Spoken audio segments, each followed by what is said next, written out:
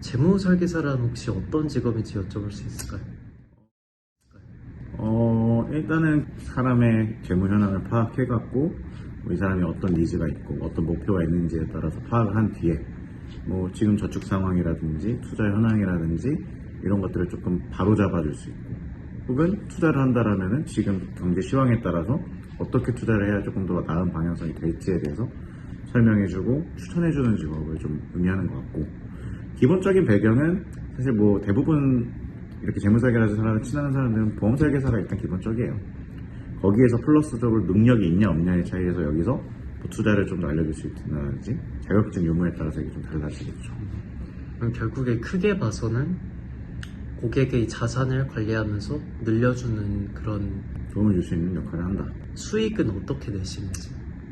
상품마다의 수수료율이라든지 이게 정말 다 다양한데, 결국에 이제 어떤 상품을 고객이 선택을 하고 그 상품을 선택하는 거에 대한 로열티를 받는 그런 느낌. 그렇죠. 네. 우리가 뭐 예를 들어 자동차 영업사원한테 자동차를 판매를 받았다.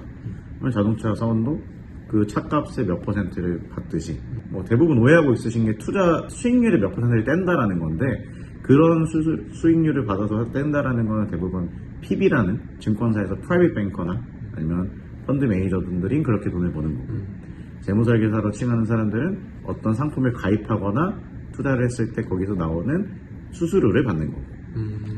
로열티는 상품마다 물론 다르겠지만 대충 몇 퍼센트 정도가 들어가는지. 이건 진짜로 정할 수가 없어 사실.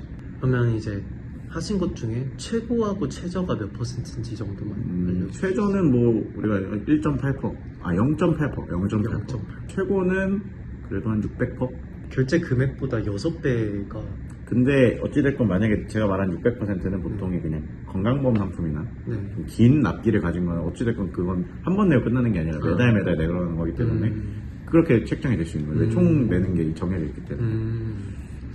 그러면 보험 쪽이 좀 많이 좀 괜찮겠네요. 근데 이건 있어요. 내가 만약에 고객이 중간에 그걸 끊었어. 네. 그러면 일정 환수를 받아요. 내야 돼요. 뱉어내야 돼요. 보험이라는 게 상당히 매력적인 상품이긴 하네요. 그렇죠. 이렇게 영업을 하는 입장에서는 사실 팔기는 어려워요. 너무나도 이 시장에는 사실 양아치라고 불리는 사람도 많고, 우리가 젊은 층이 봤을 때는 너무 불필요한 상품이라는 생각이 드는 사람도 있는 반면에 아닌 사람도 있겠지만, 부모님 세대분들이 이걸 좀 더럽혀 놓은 게 또 있어요 사실. 뭐 이거 하나 해줘 이런 걸로 시작해서 그냥 끝까지 가는 경우가 있다 보니까 거기서 뚫고 가기가 사실 쉽지 않죠.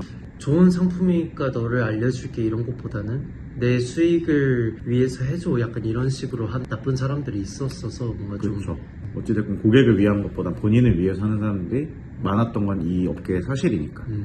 그러니까 그거로 인해서 미디어라든지 뭐 요즘 유튜브라든지 너무 잘 돼 있다 보니까 그렇게 부정적인 이미지가 대부분 있는 것 같아요.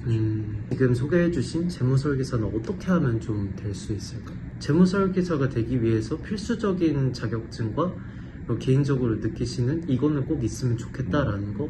일단 회사에 보통 대부분 보험회사로 입사를 하기 때문에 생명보험 자격증과 손해보험 자격증은 회사에서 따게 합니다. 근데 거기서 플러스로 뭐 예를 들어 변액보험이라고 해서 투자가 되는 보험도 있고, 이거는 선택사항이긴 해요. 그래서 제가 아까 말한 생명 손해보험은 보통 필수적으로 따야 되는 게, 일을 하면 팔아야 되니까 그 팔려면 자격증이 필요한 거고, 그거 두 개는 필수적인 거고요. 그 다음에 선택사항인 거는 제가 아까 말했던 투자권유대행이라든지 투자자산 운용사 정도 따면 좋죠.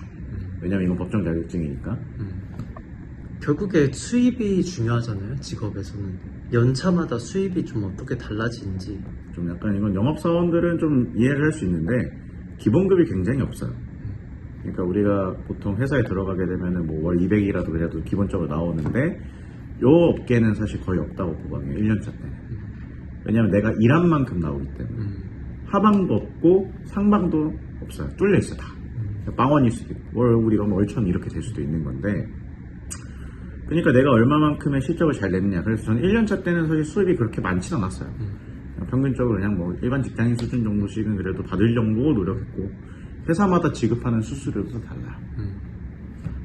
뭐 연차마다 얼마씩 바뀐다라기보다는 사실 1년차 때 가장 그만두는 사람이 제일 많죠.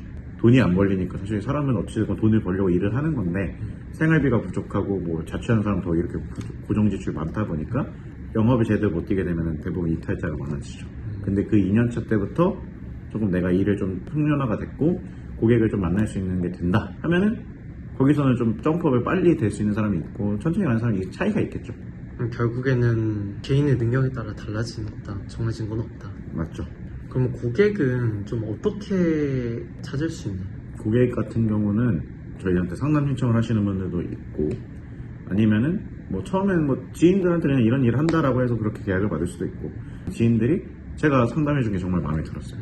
그럼 소개를 받아서 계속해서 이제 좀 넓혀나가는 그런 형태가 일반적이죠. 초반에는 어쩔 수 없이 주변 지인이나 소개받고 이런 쪽이 좀 있으시다는 거죠. 그렇죠, 그렇죠. 이 직업의 장점과 단점과는? 장점은 자유로울 수 있어요. 그러니까 내가 어찌됐건 출근은 하되 퇴근 시간은 정해진 게 없거든요. 그냥 일을 안 하려면 안 해도 돼요.